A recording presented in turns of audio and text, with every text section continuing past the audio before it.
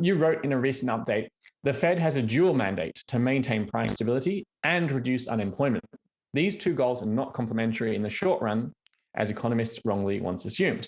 There are times when the Fed has to choose one goal at the expense of the other. That seems to be on the cusp of what's happening now because of these recessions.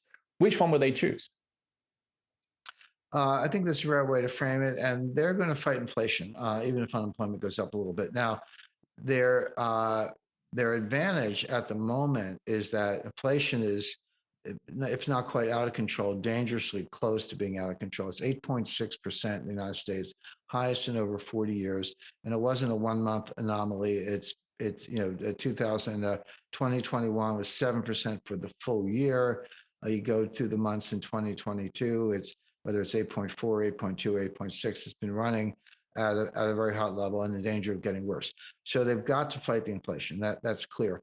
Fortunately for the Fed, unemployment is, as we measure it, and there are all kinds of problems with the measurements, but as we measure it, I think it's 3.6%. If I'm off the 10th, 3.5, 3.6, which is extremely low, but both in the absolute sense and historically.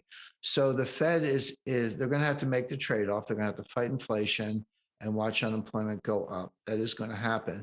But they're fortunate in the sense that unemployment is so low, put differently, the jobs market is so strong that they can afford to see it go up a little bit without an uproar, whereas there's absolutely an uproar over inflation. So there are times when that is a more difficult choice, but right now it's an easy choice because inflation is a danger and unemployment is not.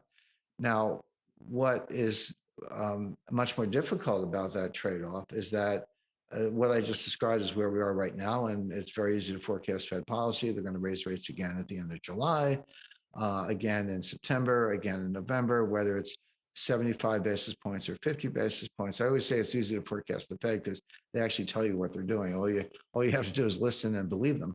But so right now, whether it's 50 or 75, hard to say. Probably 75, but they'll give us more leaks and so forth before the end of July, so we'll have a better idea. But let's just say 75 basis points. But at that point, you're up to 2.5%, or 2.5%. In 4 months. This only started in March, and on March 1st, rates were zero, and then they went 25, 50, 75. So that gets it up to 1.5, and if it's 75 more, then you're 2.25 in a matter of 4 months. That's very, very rapid. That's the fastest rate of increase since the Volcker days in the early 1980s, and then again more in September and November. So that's to fight inflation. Now, the problem is the inflation is not coming from the demand side, it's coming from the supply side. And they're both inflation in terms of measuring price increases, but they're completely different dynamics, completely different sources. When energy prices are going up, food prices are going up because there's no fertilizer, because nitrogen fertilizer comes from Russia and they can't get any. Or just the cost of diesel fuel in your tractor makes it more expensive to plow the fields. Or labor costs are going up, transportation costs. You get the crop, you got to get it to a processing facility. Well, that takes a truck, and a truck takes diesel, and diesel is $6 a gallon, et cetera. So there are all these dynamics coming from the supply side. The Fed can't do anything about any of those things. The Fed does not pump for oil. The Fed does not plant crops. The Fed does not drive trucks. And so what can they do? Well, they can destroy demand. They can do that pretty effectively. Raising rates, raising mortgage rates, increasing monthly payments for homeowners, increasing interest rates on credit cards. It plays out in a lot of different respects. And increasing unemployment, which we just talked about. So the Fed can destroy demand, which can reduce prices, but it does it at the cost of a recession. And as recently as a few months ago, maybe even more recently, the number one question I was getting was, hey, Jim, do you think there's going to be a recession? And I said, yes. And I thought, well, watch out in the fourth quarter, watch out in early 2023. Well, we don't have to answer that question anymore because we're in a recession. I mean, it's here. A recession is conventionally defined as 2 consecutive quarters of declining GDP, First quarter is in the books, down 1.6%.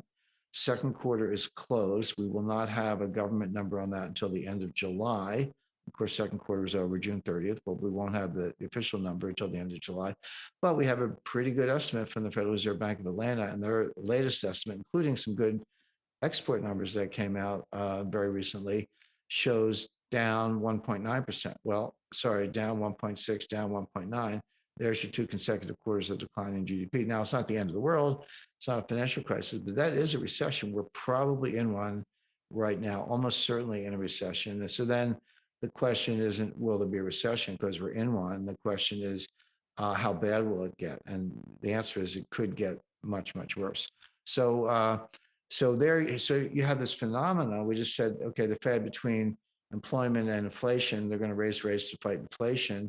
And yet here they are raising rates in the teeth of a recession. How does that work? Well, the answer is it makes the recession worse. So we may see some shocks at the end of the year. In fact, I expect we will. People have laid out this path of interest rate hikes going into 2023 and late 2023, early 2024, getting up to 4.5%. Don't be surprised if the Fed actually cuts rates by the first quarter of 2023. That's what markets are saying. When you look at inversion in the Eurodollar futures curve, that's a little bit technical, but it's there, and it has a very good track record of predicting recessions. And right now, it's saying there will be a recession. I'm going to disagree with you, Jim. I think that central bankers have only one mandate, and that is to enhance their career, which means 2 things. They're going to finance the government in order to continue their employment at the head of the central bank. And secondly, they're going to save their buddies at the banks, because that's where they go and work after the Federal Reserve. And I think that really reveals what they're really caring about more than anything: financing the government and keeping the banking system solvent, which is really what central banks were originally created to do. So my worry is that they're going to focus